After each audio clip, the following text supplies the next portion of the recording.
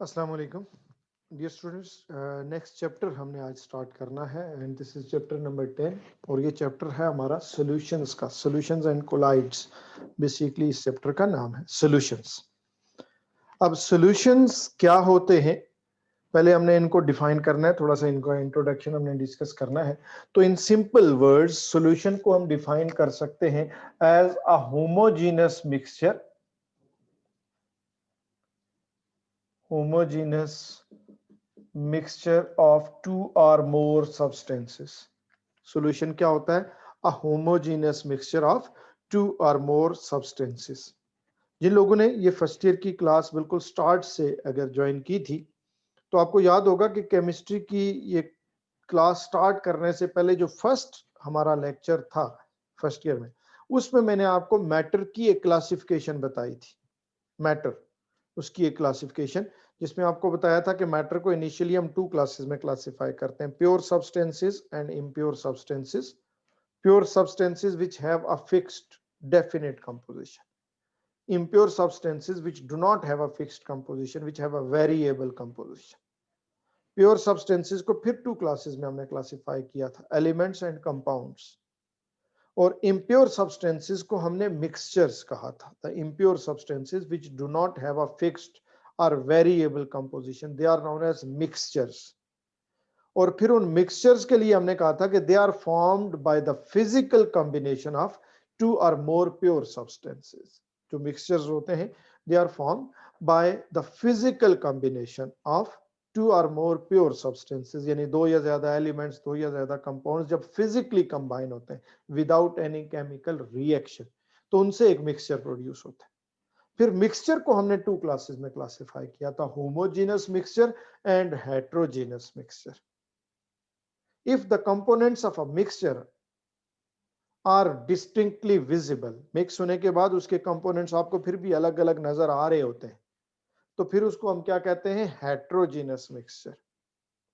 And if the components of a mixture are not distinctly visible, mix होने के बाद वो मिक्स तो फिजिकली हुए हैं, उन्होंने एक दूसरे के साथ केमिकली रिएक्ट नहीं किया, बट वो मिक्स होने के बाद आपको नजर नहीं आते, तो फिर ऐसे मिक्सचर को हम क्या कहते हैं? Homogeneous mixture. और ये जो होमोजीनस मिक्सचर है इसी को हम क्या कहते हैं? सॉल्यूशन वीक कहते हैं। सो सॉल्यूशंस क्या होते हैं? A solution is a homogeneous mixture of two or more substances. अब उस सॉल्यूशन के जो कंपोनेंट्स हैं उनमें से फिर किसी को हम सॉल्यूट कहते हैं और फिर किसी को हम सॉल्वेंट कहते हैं। ये जो सॉल्यूशन के कंपोनेंट्स होते हैं उनके लिए उनमें से कुछ को हम सॉल्यूट्स कहते हैं, कुछ को हम सॉल्वेंट्स कहते हैं। सॉल्यूट क्या होता है? A component of a solution that is present in laser quantity. क्योंकि वो होते तो सारे फिजिकली कंबाइंड है, उनमें और कोई डिफरेंस तो होता नहीं है। तो उन कंपोनेंट्स में से जिस कंपोनेंट की amount with in that solution सबसे कम होगी उसको हम क्या कहेंगे? सॉल्यूट कहेंगे। Whereas the component of the solution that is present in largest quantity in the solution, that is known as solvent. उस solution के अंदर जिस कंपोनेंट की अमाउंट, जिसकी कंसेंट्रेशन सबसे ज्यादा है उसको हम क्या कहेंगे? सॉल्वेंट कहेंगे। अब अगर किसी सॉल्यूशन में दो ही कंपोनेंट्स हैं जिसको हम बाइनरी सॉल्यूशन भी कहते हैं, तो उसमें तो एक सॉल्यूट होगा और एक ही सॉल्वेंट भी होगा। लेकिन सॉल्यूशन में हमेशा दो ही कंपोनेंट्स नहीं होते, दो से ज्यादा भी हो सकते। तो अगर दो तीन चार पांच, एक से दो से ज्यादा कंपोनेंट्स अगर किसी सॉल्यूशन में प्रेजेंट है तो ऐसे केस में सॉल्वेंट एक ही होता है which is present in largest quantity, जिसकी अमाउंट, जिसकी कंसेंट्रेशन सॉल्यूशन के अंदर सबसे ज्यादा है, वो सॉल्वेंट। बाकी सबको फिर हम क्या कहते हैं? सॉल्यूट्स कहते हैं। राइट। अब फिजिकल स्टेट सॉल्यूट की कोई भी हो सकती है, वो सॉलिड स्टेट में भी हो सकता है, वो लिक्विड स्टेट में भी हो सकता है, वो गैस स्टेट में भी हो सकता है। जो लेसर अमाउंट में प्रेजेंट है विद इन द सॉल्यूशन वो सॉल्यूट है, चाहे वो लिक्विड स्टेट में है, सॉलिड में है, गैस में है। सिमिलरली सॉल्वेंट जो है वो किसी भी स्टेट में हो सकता है, सॉलिड भी हो सकता है, लिक्विड भी हो सकता है, गैस भी हो सकता है, फिजिकल स्टेट से फर्क नहीं पड़ता। जिसकी अमाउंट सॉल्यूशन के अंदर सबसे ज्यादा है वो सॉल्वेंट है, चाहे वो सॉलिड है, लिक्विड है या गैस है। सिमिलरली जो हमारा सॉल्यूशन होता है, ओवरऑल सॉल्यूशन, वो भी किसी भी फिजिकल स्टेट में हो सकता है। वो सॉलिड स्टेट में भी हो सकता है, वो गैस स्टेट में भी हो सकता है, वो लिक्विड स्टेट में भी हो सकता है। That should be a homogeneous mixture whether it is in solid state, liquid state और गैस स्टेट, इससे फर्क नहीं पड़ता। A homogeneous mixture is known as solution. तो फॉर एग्जांपल, जब हम वाटर के अंदर शुगर डिसॉल्व करते हैं, कोई केमिकल या साल्ट डिसॉल्व करते हैं, कोई केमिकल रिएक्शन नहीं होता, वो दोनों फिजिकली मिक्स हुए, एक मिक्सचर बना। लेकिन डिसॉल्व होने के बाद उसके अंदर हमें वो साल्ट या शुगर अलग से नजर नहीं आते, तो वो डिस्टिंक्टली विजिबल नहीं है। So that is a homogeneous mixture. So and a solution, और वो किस फिजिकल स्टेट में है? लिक्विड स्टेट में। एयर, एयर में nitrogen, oxygen, carbon dioxide, noble gases, सारी गैसेस प्रेजेंट है। उन्होंने केमिकली एक दूसरे के साथ रिएक्ट नहीं किया, कोई नया सब्सटेंस, नया प्रोडक्ट फॉर्म नहीं किया, वो सारे फिजिकली मिक्स्ड है, लेकिन हमें अलग अलग नजर नहीं आते। So it means air is a homogeneous mixture, and if it is, and when it is a homogeneous mixture, it means this is a solution. Air is a solution. और किस physical state में है? Gas state में है। Similarly, alloys जो होते हैं, steel, they are the mixtures of the different metals. Alloys क्या होते हैं? Mixtures of the different metals. तो mixtures हैं, लेकिन उस स्टील के अंदर हमें डिफरेंट मेटल्स अलग अलग से नजर नहीं आ रहे होते। इसका मतलब वो होमोजेनस मिक्सचर है, और होमोजेनस मिक्सचर है तो वो सॉल्यूशन है, although it is in solid state. तो इसका मतलब सॉल्यूशन जो है वो किसी भी फिजिकल स्टेट में हो सकता है, सॉलिड भी हो सकता है, लिक्विड भी हो सकता है, गैस भी हो सकता है। सॉल्यूशन होने के लिए उसको बस सिर्फ होमोजेनस मिक्सचर होना चाहिए, फिजिकल स्टेट उसकी जो भी हो। सिमिलरली सॉल्यूट, कोई भी फिजिकल स्टेट उसकी हो सकती है, सॉलिड भी, लिक्विड भी, गैस भी, इससे फर्क नहीं पड़ता। उसकी अमाउंट सॉल्यूशन के अंदर बाकी किसी कंपोनेंट से कम हो तो वो सॉल्यूट है, चाहे वो जिस भी फिजिकल स्टेट में। सिमिलरली सॉल्वेंट किसी भी फिजिकल स्टेट में हो सकता है, सॉलिड, लिक्विड, गैस। वो कंपोनेंट जो सबसे ज्यादा अमाउंट में प्रेजेंट है विद इन द सॉल्यूशन, वो सॉल्वेंट है, चाहे वो सॉलिड स्टेट में है, चाहे वो लिक्विड स्टेट में है, या फिर गैस स्टेट में। तो ये तो कुछ इंट्रोडक्शन हो गया कि सॉल्यूशंस क्या होते हैं, फिर उसके बाद सॉल्यूट क्या होता है और सॉल्वेंट क्या होता है।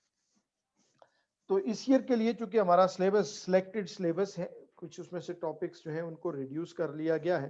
तो नेक्स्ट टॉपिक जो हमारा इस सिलेबस में एक्चुअली है और जिसको हमने पढ़ना है, वो है concentration of solution.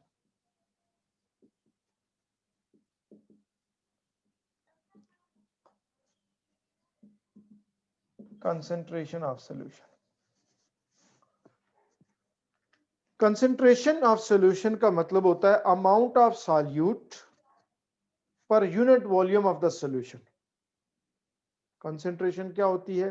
Amount of solute present per unit volume of the solution. Solution के एक यूनिट वॉल्यूम में, खास गिवन फिक्स्ड वॉल्यूम के अंदर सॉल्यूट की जितनी अमाउंट प्रेजेंट होती है, हम उसको उस सॉल्यूशन की कंसेंट्रेशन कहते हैं। सॉल्यूशन की एक गिवन फिक्स्ड अमाउंट के अंदर सॉल्यूट की जितनी अमाउंट प्रेजेंट होती है, उसको हम उस सॉल्यूशन की कंसेंट्रेशन कहते हैं, राइट। और उस given fixed volume of solution के अंदर अगर सॉल्यूट की ग्रेटर अमाउंट डिसॉल्व होगी तो हम कहेंगे सॉल्यूशन की कंसेंट्रेशन हायर है। और अगर उस given fixed amount of the solution के अंदर सॉल्यूट की रिलेटिवली लेसर अमाउंट प्रेजेंट होगी तो फिर हम कहेंगे उस सॉल्यूशन की कंसेंट्रेशन लोअर है। और कंसेंट्रेशन के बेस पे हम सॉल्यूशंस को टू क्लासेस में क्लासिफाई करते हैं। लाइक उसमें हम टर्म नॉर्मली यूज करते हैं concentrated solutions and dilute solutions. Solutions को हम टू कैटेगरीज में डिवाइड करते हैं on the basis of their concentration, concentrated solutions and dilute solutions. A concentrated solution is the solution which has relatively higher concentration, which has relatively greater concentration, whereas dilute solution is a solution which has relatively lower concentration.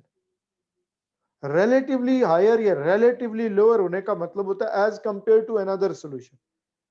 ये dilute और concentrated की जो terms हैं ये relative terms हैं।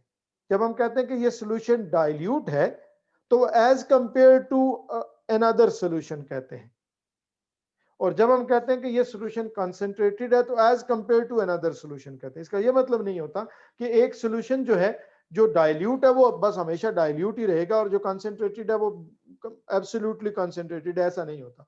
For example हमारे पास तीन solutions हैं, सॉल्यूशन ए, सॉल्यूशन बी और सॉल्यूशन सी। सॉल्यूशन ए को प्रिपेयर करने के लिए हमने 5 ग्राम्स ऑफ सॉल्यूट यूज किया to prepare 100 centimetre cube of solution. ये सॉल्यूट की अमाउंट में बता रहा हूं यहाँ पे, और यहाँ सॉल्यूशन का वॉल्यूम बता रहा हूं। सॉल्यूशन के 100 सेंटीमीटर क्यूब में सॉल्यूट के 5 ग्राम्स हमने डिसॉल्व किए। सॉल्यूशन बी के लिए हमने 10 ग्राम्स ऑफ सॉल्यूट को डिसॉल्व किया in 100 centimetre cube of solution. और सॉल्यूशन सी के लिए हमने 15 ग्राम्स ऑफ सॉल्यूट को यूज किया to prepare 100 centimetre cube of the solution. तो ये तीन सॉल्यूशंस प्रिपेयर हो गए। अब अगर हम सॉल्यूशन ए और बी को कंपेयर करें, solution A as compared to solution B, तो solution B is concentrated than solution A. B की concentration higher है क्योंकि solution B के अंदर एक larger amount of solute dissolved है in that given amount of solution. So solution B is concentrated than solution A. लेकिन अब अगर हम solution B को solution C से compare करें तो solution B is dilute as compared to solution C. उसकी कंसेंट्रेशन सॉल्यूशन सी से कम है क्योंकि सॉल्यूशन सी के सेम वॉल्यूम में 15 ग्राम्स ऑफ सॉल्यूट है, जबकि सॉल्यूशन बी के सेम वॉल्यूम में 10 ग्राम्स ऑफ सॉल्यूट प्रेजेंट है। So this solution B was concentrated as compared to solution A, but the same solution B is dilute as compared to solution C. तो इसलिए ये जो dilute और concentration की terms हैं, ये कोई fixed terms नहीं होती, ये relative terms होती हैं।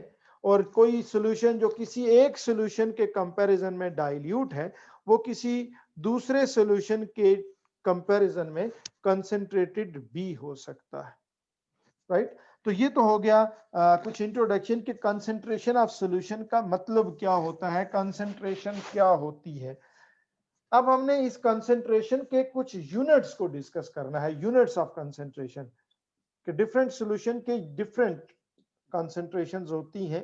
तो अगर हमने किसी सॉल्यूशन की कंसंट्रेशन को मेजर करना है, एक्सप्रेस करना है, तो कैसे मेजर करेंगे, कैसे एक्सप्रेस करेंगे किसी सॉल्यूशन की कंसंट्रेशन को। The first method to express the concentration of a solution is in terms of percentage.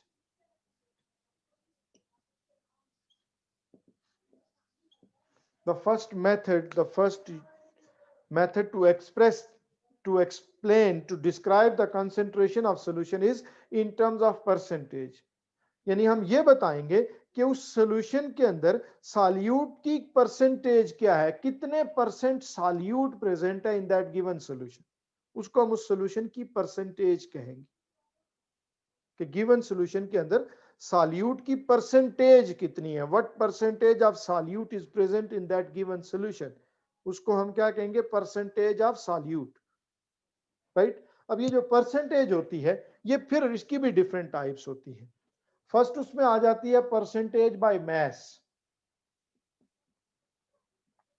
आपकी बुक में शायद उसको वेट भी लिखा हो,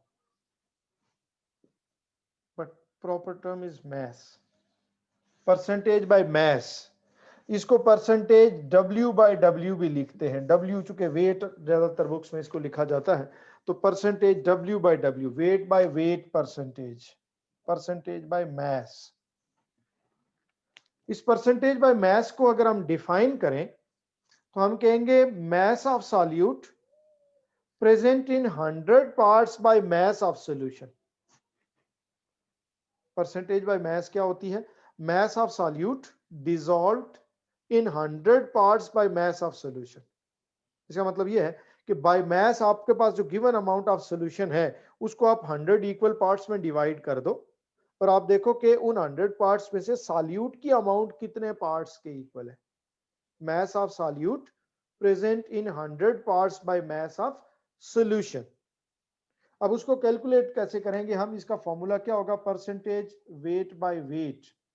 ये है mass of solute over mass of solution into 100, ये इसका फॉर्मूला होगा परसेंटेज बाय mass का, mass of solute over mass of solution into 100। Define कैसे करेंगे? mass of solute dissolved in 100 parts by mass of solution, right. अब उसमें होना ये चाहिए कि चूंकि मैथ के डिफरेंट यूनिट्स होते हैं, तो अगर आप सॉल्यूट का मैथ ग्राम्स में यूज कर रहे हो तो सॉल्वेंट सोल्यूशन का मैथ भी ग्राम्स में ही होना चाहिए।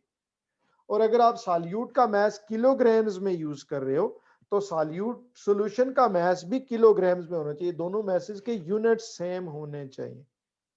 mass of solute over mass of solution into 100, ये उसका फॉर्मूला है। W by W परसेंटेज हम इसको लिखते हैं, लेकिन पढ़ते इसको mass by mass is better than weight by weight। Weight एक डिफरेंट टर्म होती है, और दोनों सॉल्यूट और सॉल्यूशन के मैसेज के यूनिट सेम होने चाहिए, राइट। फॉर एग्जांपल आपको अगर कहा जाए कि 5 grams of NaOH is dissolved in water to make 1 kilogram of solution, तो आपने परसेंटेज कैलकुलेट करनी है, परसेंटेज वेट बाय वेट या मैस बाय मैस। तो mass of solute 5 grams over mass of solution 1 kilogram of solution. लेकिन चूंकि solute का mess grams में है तो आपको सॉल्यूशन का मैस भी ग्राम्स में यूज करना है। तो 1 kilogram is equal to 1000 grams into 100। तो ये 2 जीरोस इससे कट जाएंगे, 1 बाय 2, तो 0.5% वेट बाय वेट। जब हम वेट बाय वेट लिखते हैं तो फर्स्ट जो लिखते हैं वो सॉल्यूट ओवर सॉल्यूशन होता है। तो यहाँ सॉल्यूट का भी मैस है, सॉल्यूशन का भी मैस है, mess of solute over mass of solution, तो परसेंटेज है तो इनटू 100। दूसरा हमारे पास इसकी जो टाइप आ जाती है वो परसेंटेज बाय वॉल्यूम, उसको हम लिखते हैं percentage V by V, percentage by volume. ऊपर क्या होता है? Volume of solute over volume of solution. तो अब दोनों के वॉल्यूम्स हमने यूज करते हैं, सॉल्यूट का भी वॉल्यूम, सॉल्यूशन का भी वॉल्यूम, दोनों के वॉल्यूम जब यूज करेंगे तो परसेंटेज बाय वॉल्यूम। डिफाइन कैसे करेंगे? The volume of solute dissolved in 100 parts by volume of solution. Percentage by volume क्या है? Volume of solute dissolved in 100 parts by volume of solution. Formula क्या होगा? Percentage V by V, volume of solute over volume of solution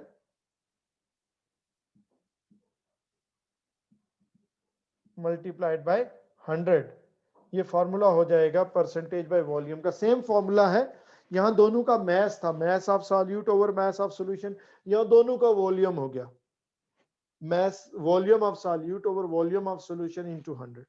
लेकिन condition वही जिस तरह हमने यहाँ कहा था कि सॉल्यूट और सॉल्यूशन दोनों के मैस के यूनिट सेम होने चाहिए, ये ग्राम्स में तो ये भी ग्राम्स में, ये किलोग्राम्स में तो ये भी किलोग्राम्स में। सिमिलरली यहाँ भी दोनों के वॉल्यूम्स के यूनिट सेम होने चाहिए। अगर सॉल्यूट का वॉल्यूम सेंटीमीटर क्यूब में है तो सॉल्यूशन का वॉल्यूम भी सेंटीमीटर क्यूब में होना चाहिए। अगर सॉल्यूट का वॉल्यूम डेसीमीटर क्यूब में है तो सॉल्यूशन का वॉल्यूम भी डेसीमीटर क्यूब में ही होना चाहिए। फॉर एग्जाम्पल अगर आपको कहा जाए कि 50 centimetre cube of ethanol is mixed with water to prepare 2 dm cube of solution. 50 centimeters cube of ethanol C2H5OH is mixed with water to prepare 2 decimeters cube of solution. तो percentage by volume of the solution क्या होगी? Volume of solute 50 centimeters cube over volume of solution 2 dm cube है। लेकिन चूंकि हमने solute का volume centimetre cube में use किया है तो सॉल्यूशन का वॉल्यूम भी सेंटीमीटर क्यूब में होना चाहिए। तो 2000 centimetre cube into 100, 5 by 2,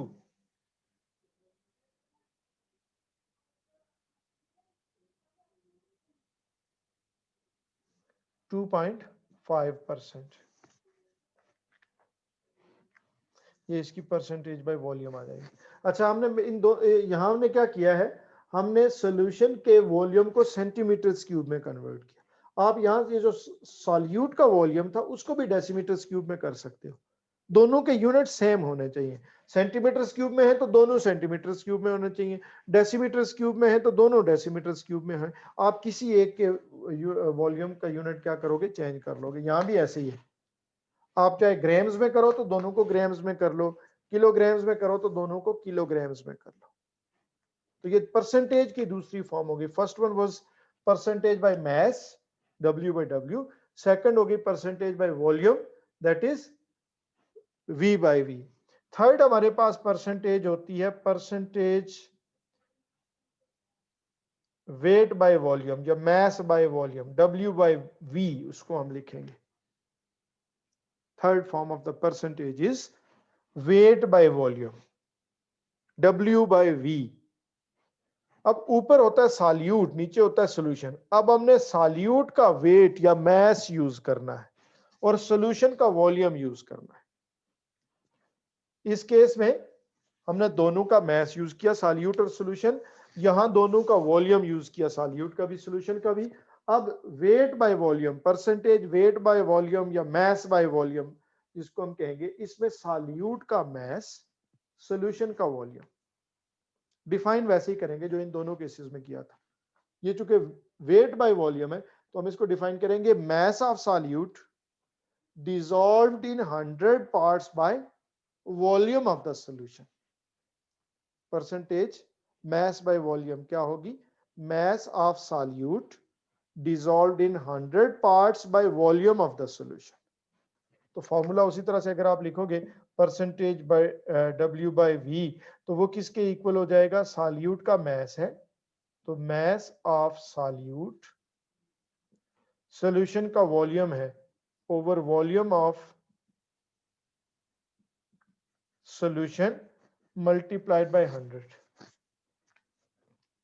percentage W/V, mass by volume, mass of solute dissolved in 100 parts by volume of the solution। और फॉर्मूला क्या हो गया, mass of solute over volume of solution into 100।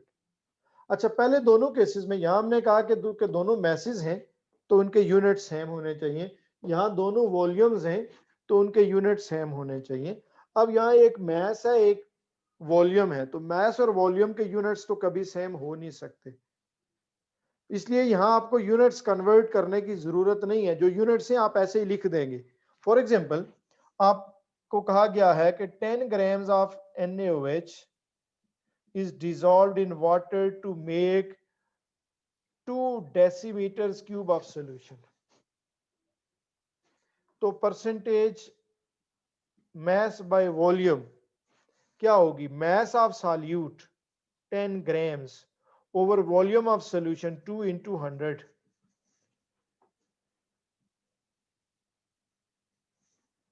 तो ये हो गया 500%। इसका मतलब क्या है, 500% का मतलब होगा 500 ग्राम्स पर 100 DM क्यूब।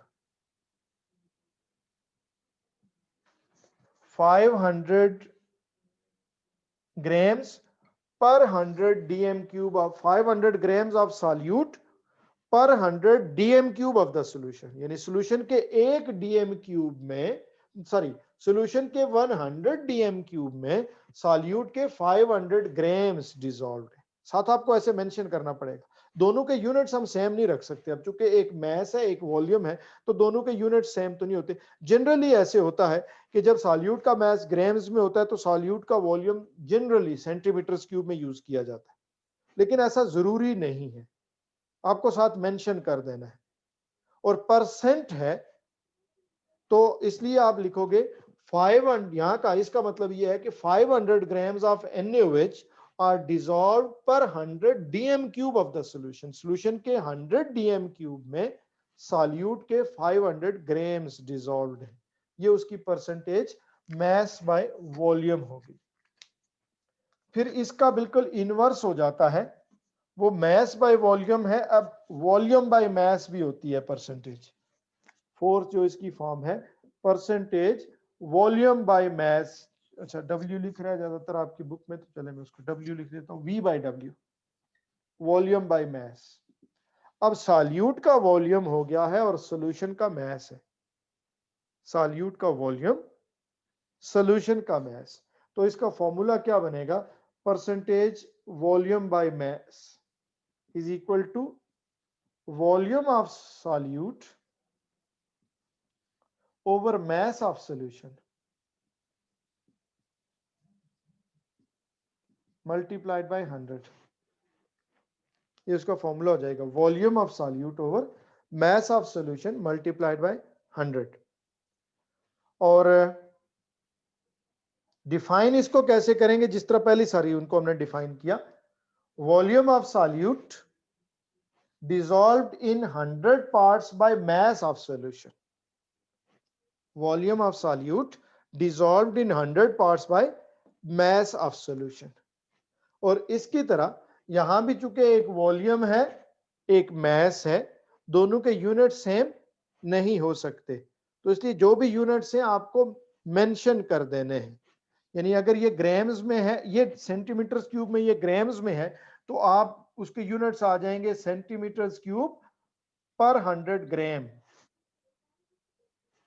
और ये अगर सेंटीमीटर क्यूब में, ये किलोग्राम्स में है, तो सेंटीमीटर क्यूब पर 100 किलोग्राम इसके यूनिट्स आ जाएंगे। जो भी यूनिट्स होंगे आप साथ इसी तरह से मेंशन कर दोगे। इन दोनों केसेस में चूंकि एक मास होता है एक वॉल्यूम होता है, तो मास और वॉल्यूम के यूनिट सेम नहीं हो सकते। परसेंटेज मास बाय मास में और वॉल्यूम बाय वॉल्यूम में, मास बाय मास में दोनों मासेस हैं तो उनके यूनिट सेम होने चाहिए, वॉल्यूम बाय वॉल्यूम में दोनों वॉल्यूम्स हैं तो उनके यूनिट्स सेम होने चाहिए। But percentage mass by volume और वॉल्यूम बाय मास में, एक मास होता है एक वॉल्यूम होता है, उनके यूनिट सेम नहीं हो सकते। इसलिए जो भी यूनिट्स होंगे आप वो मेंशन कर दोगे, वो कौन ग्राम है या किलोग्राम है जो मास है, और जो वॉल्यूम है वो सेंटीमीटर क्यूब में है या डेसीमीटर क्यूब में। तो ये फर्स्ट वे था, फर्स्ट मेथड था to express the concentration of a solution in terms of its percentage, right? कि solution के अंदर सॉल्यूट की परसेंटेज कितनी है वो हमने मेंशन किया। अच्छा, इसके बाद दरमियान में आपकी बुक में अगर सीक्वेंस में जाए तो कुछ और इसमें हैं कंसंट्रेशन के यूनिट्स हैं, लेकिन एंड पे कुछ यूनिट्स दिए गए हैं, मैं पहले उनको यहां मेंशन करूंगा। वो ज्यादा, जो अभी हम चूंकि परसेंटेज डिस्कस कर चुके तो वो इसके साथ ज्यादा क्लोजली रिलेटेड है, तो पहले हम उनको कर लेते हैं। और वो नेक्स्ट जो है उसके बाद अगर हम देखें तो फर्स्ट आ जाता है पार्ट्स पर million, ppm, concentration in parts पर मिलियन। देखो जो परसेंटेज होती है उसको हम पार्ट्स पर 100 भी कह सकते हैं, एक्चुअली वो पार्ट्स पर सेंट होता है, सेंट मीन 100 परसेंट, पार्ट्स पर सेंट, पीपीसी लिखा जा सकता है उसको, परसेंटेज को।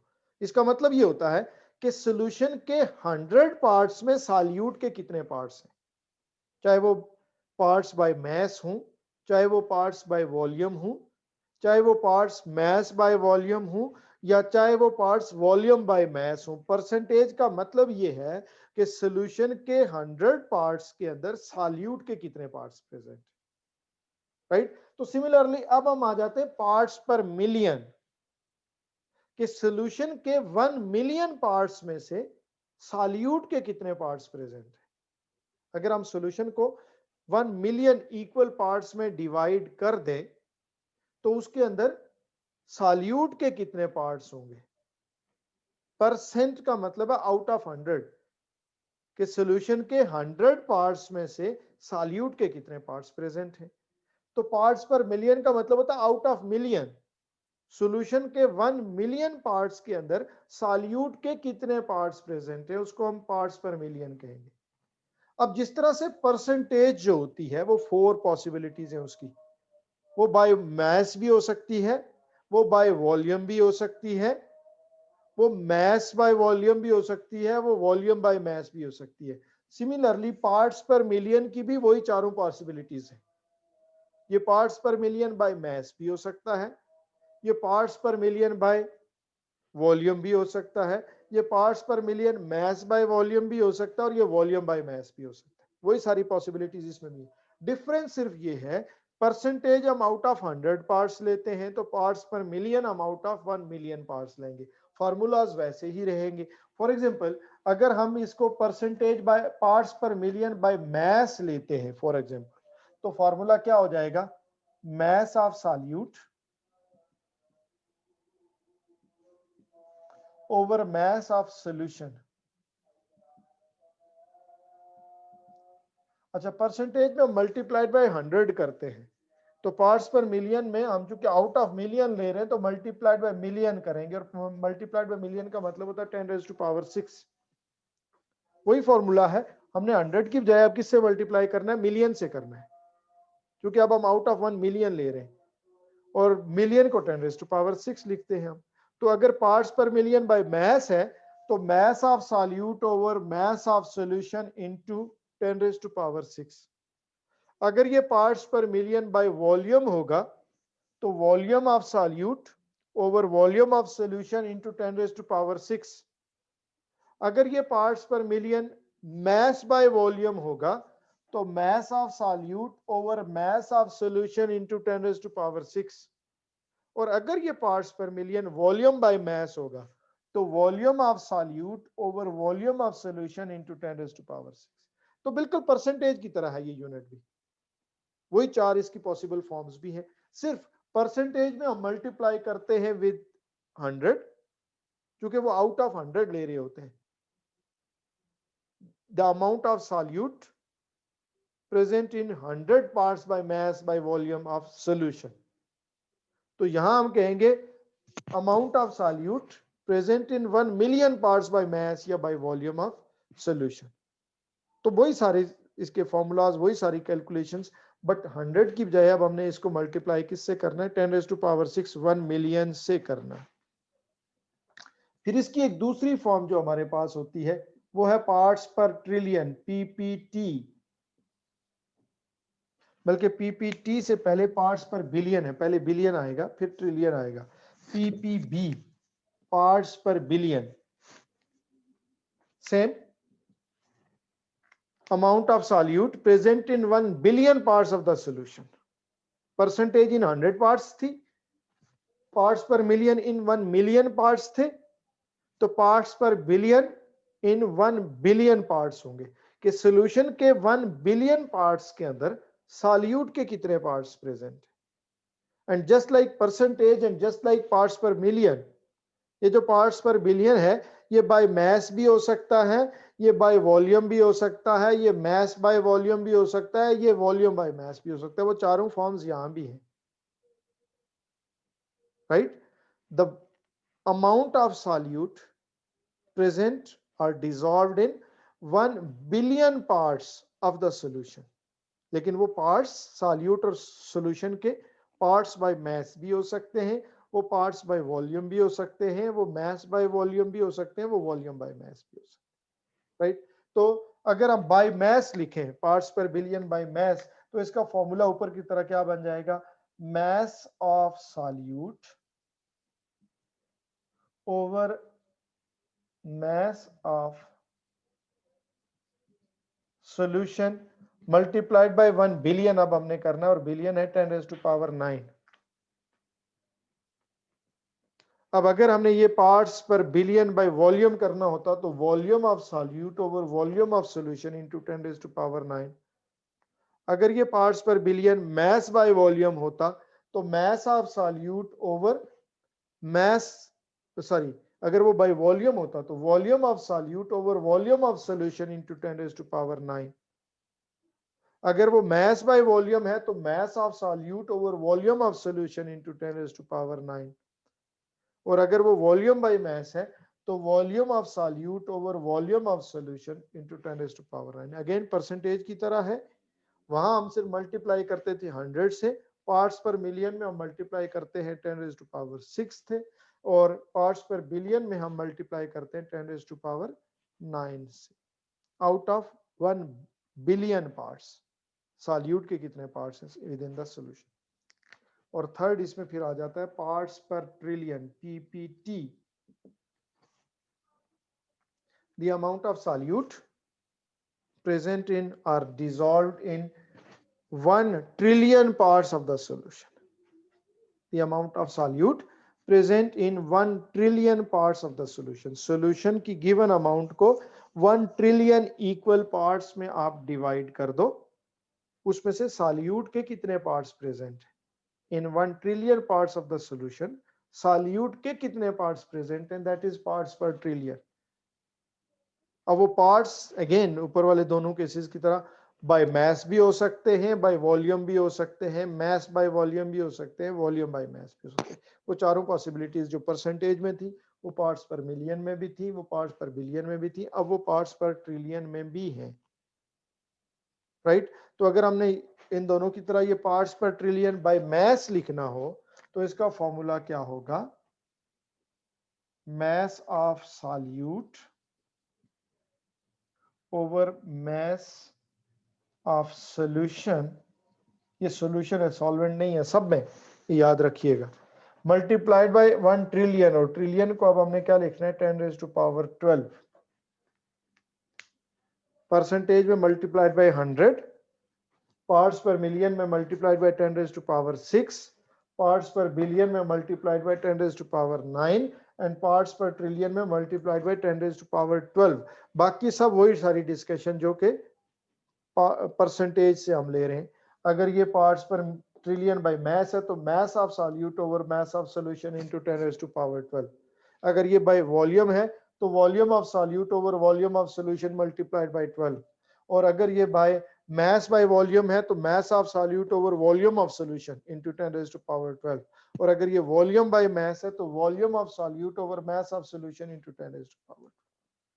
तो ये मैंने तीनों जो कंसंट्रेशन के यूनिट्स है मैंने इनको पहले डिस्कस कर लिया सीक्वेंस से हटके, इसलिए कि ये परसेंटेज से रिजेंबल करते हैं ये तीनों यूनिट्स, और हमने पहले परसेंटेज को चूंकि पढ़ा है तो उसके साथ इनको हम रिलेट करके ज्यादा इजीली एक्सप्लेन कर सकते हैं। नेक्स्ट जो यूनिट है कंसंट्रेशन का वो है mole fraction.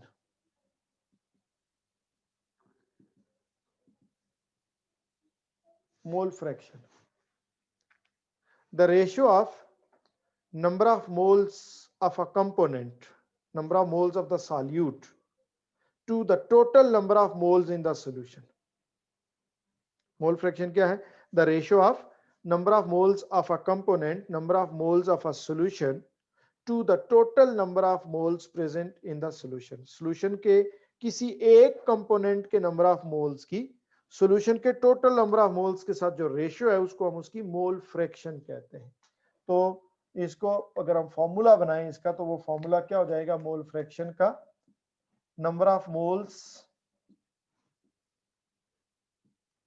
Of a component, किसी एक कंपोनेंट के नंबर ऑफ मोल्स या कि सॉल्यूट के number of moles divided by total number of moles of the solution. किसी एक कंपोनेंट के number of moles divided by solution के टोटल नंबर ऑफ मोल्स, इसको हम क्या कहते हैं? Mole fraction. और इसको हम x से रिप्रेजेंट करते हैं, मोल फ्रैक्शन को हम x से रिप्रेजेंट करते हैं,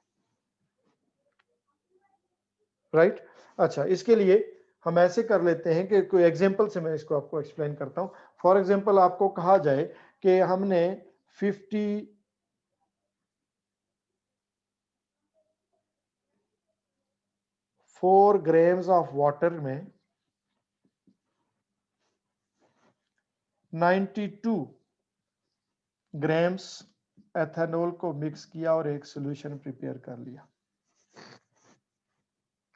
वाटर के 54 ग्राम्स लिए, उसमें एथेनॉल के 92 ग्राम्स ऐड किए और एक सॉल्यूशन मिक्स करके प्रिपेयर कर लिया। तो आपने सॉल्यूशन की दोनों कंपोनेंट्स की मोल फ्रैक्शन फाइंड करनी है। तो अब पहले आप इन दोनों को नंबर ऑफ मोल्स में कन्वर्ट करोगे। तो नंबर ऑफ मोल्स को स्मॉल एन से हम रिप्रेजेंट करते हैं, तो number of moles of water कितने हो जाएंगे? Mass in gram 54 over water का मोलर मास होता है 18, तो so this will be equal to 3 moles.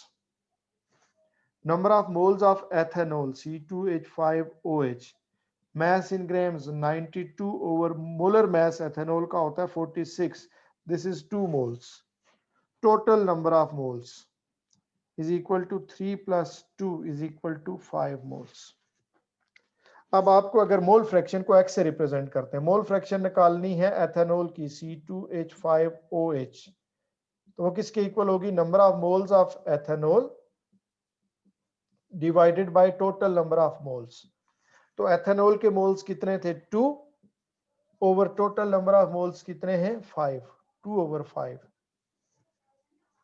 0.4। अगर आपको निकालनी है मोल फ्रैक्शन ऑफ वाटर, तो किसके इक्वल होगी? Number of moles of water divided by total number of moles. और वाटर के नंबर ऑफ मोल्स कितने थे? 3, और टोटल नंबर ऑफ मोल्स वही है 5, तो ये कितना हो जाएगा? 0.6 मोल फ्रैक्शन। दोनों के मोल फ्रैक्शन, जिसकी भी आपको मोल फ्रैक्शन निकालनी है वो आप इस तरह से कैलकुलेट कर लोगे, number of moles of that component जिसकी आपको मोल फ्रैक्शन कैलकुलेट करनी है, divided by the total number of moles in the solution. और एक इंपॉर्टेंट चीज आपको जो याद रखनी है कि किसी भी सॉल्यूशन के सारे कंपोनेंट्स की मोल फ्रैक्शंस का सम हमेशा 1 के इक्वल होता है। किसी भी सॉल्यूशन के सारे कंपोनेंट्स की मोल फ्रैक्शंस का सम, हमने 2 की एग्जांपल ली, 3 हो सकते हैं, 4 हो सकते हैं, 5 कंपोनेंट हो सकते हैं किसी सॉल्यूशन के अंदर। तो किसी सॉल्यूशन के जितने भी कंपोनेंट्स हैं उन सब की मोल फ्रैक्शंस का सम हमेशा 1 के इक्वल होता है। तो आप 0.4 और 0.1 को ऐड कर दो तो वो 1 आ जाएगा। 0.4 प्लस 0.6 इज इक्वल टू 1। आप ऐड करके चेक। तो किसी भी सॉल्यूशन के सारे कंपोनेंट्स की मोल फ्रैक्शंस का सम हमेशा 1 के इक्वल होता है। इसलिए कि इस केस में एक्चुअली हम पूरे सॉल्यूशन को 1 मोल कंसीडर करते हैं। पूरे सॉल्यूशन को हम 1 मोल कंसीडर करते हैं, देखते हैं उसमें से एक कंपोनेंट कितनी फ्रैक्शन के इक्वल है, दूसरा कितने के इक्वल, तीसरा कितने के इक्वल। तो 1 मोल के आपने जितने भी पार्ट्स बनाए होंगे उन सारे पार्ट्स को जब आप वापस ऐड करोगे तो वो 1 मोल के इक्वल ही बन जाएगा। इसलिए किसी सॉल्यूशन के सारे कंपोनेंट्स की मोल फ्रैक्शंस का सम हमेशा 1 के इक्वल होता है। So this is enough for today.